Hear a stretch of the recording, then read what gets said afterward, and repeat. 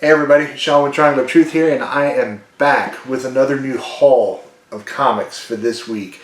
I will say, going into this week, unlike the last video, I actually haven't read any of these. I really kind of walked in, just grabbed everything, not really knowing what was going to be in my box this week, outside of the 2 trades that I picked out, and just came home and going to open these up and talk to you guys about them. So, with that said, very first one right out the gate is Power Rangers Draken New Dawn, number 2 of 3 from Boom Studios. I actually have number 1 around here somewhere in my giant stack of singles. I haven't gotten a chance to read this series yet, but nonetheless, I'm a huge Power Rangers fan. I have been since I was a kid in the early 90s, so it's always just something that I'm interested in reading. So I'm very excited to dive into it and see how this ties in, or where this ties in with like the Ranger Slayer that I read. So I'm very curious. Moving along, this next one is from Aftershock, which I'm going to tell you guys right now, if you've not read anything by them, you need to. Aftershock is absolutely amazing. All the stuff that they've read, some of the best horror stuff for sure, but they also have non-horror stories as well. Like I've got a few Garth Ennis, one from World War II, so it's really, really cool stuff. That said, this one is called Miles to Go. Don't really remember the synopsis on this one. I read a brief one on Aftershock's Instagram page when they shared the cover, but I really don't remember it, so that, shame on me. But nonetheless, it's Aftershock, and it's one of those where I will give anything Aftershock puts out a try anyway, because they've been so consistently good in the stuff that their writers and them have been publishing. So that's one of those, they just get my automatic vote of confidence. The next one is the finale issue of a series that I've been reading from AWA Upshot called Archangel VIII, and this is number 5 of 5. Definitely want to check this one out. AWA Upshot in general, to me at least, is fairly new. A lot of their stuff has just been coming out this year, and I think we've read number 1s of at least 5 or 6 of their series, and they've all been awesome. This is no exception. This has definitely got a supernatural take to it, and just one of those, definitely check it out and read it. Next one is called Voodoo Nations.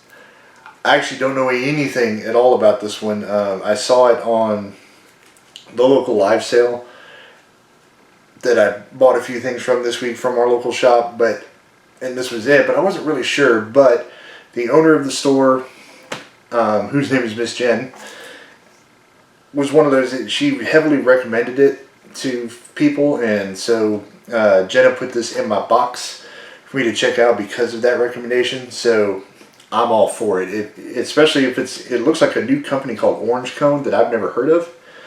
And if this leads into another just great company with new stories and things for me to check out, that's the greatest thing that you can always hope for when it comes to comics, just to have more and more companies, more and more to read. Next one is again from Boom Studios. I feel like a broken record, but Boom Studios and Images, really? Boom Studios and Image this year, I feel like have almost just taken over.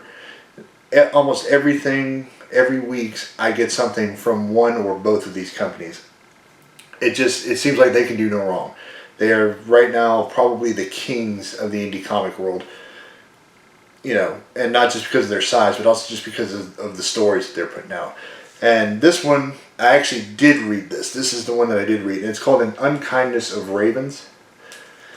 I think it's going to be pretty cool. It's talking about, it opens up, it's actually very cool. It gives you a little bit of a thing about like magic and the Salem witch trials that happened years back, and how it talks about that there are some survivors that they call ravens. And it starts out, it's a new girl in a new town who happens to look just like a girl that went missing, and she finds this out on her first day of school because she sees the poster of the missing girl, and everybody's like, wow, and she's taken aback about how much she looks like this person. And she meets the 2 popular, or, well, I wouldn't say popular groups, but the two big groups. One of them is the popular people, the girl whose family, basically this high school they're at, is named after her family. And then this group, they call them the Ravens.